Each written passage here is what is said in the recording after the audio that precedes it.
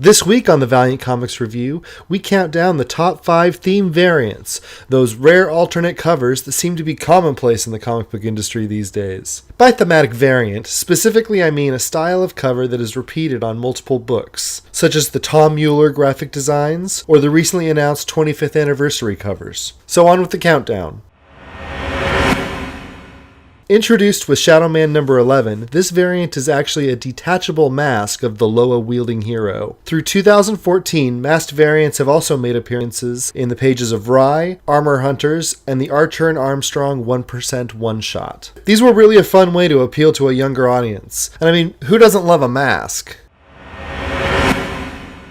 Connecting covers aren't anything new in the comics industry. But 18 covers connecting to make one giant poster is still notable. Variants for each chapter of the 2014 crossover Armor Hunters connected to make one giant image that encapsulated the action and scale of the summer event. In June of 2013, artist Matthew Waite created a series of variants paying homage to classic 8-bit video games of yesteryear. This set was such a hit, another set was released just 4 months later, also expanding to reference 16-bit and PC gaming. In 2014, artist Donovan Santiago paid tribute to a newer video game, the Legos of the Digital World, Minecraft. Inserting Valiant's characters into the building block world and creating landscapes of your favorite heroes, this set of books became known as Valiant Craft.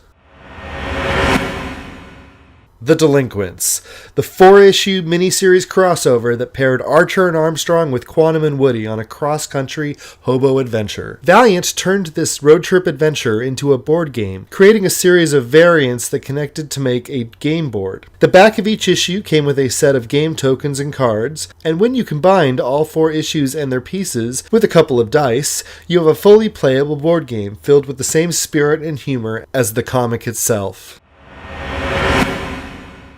The entire point of a cover is to create an image that reaches out and speaks to a potential reader. This variant takes that quite literally. Each of the covers in this set is labeled with a QR code. You scan the code on your phone, which takes you to a video. You then take your phone, place it on the outline, and play your video, where the character will literally introduce themselves to you. The Huns drove us from our homes.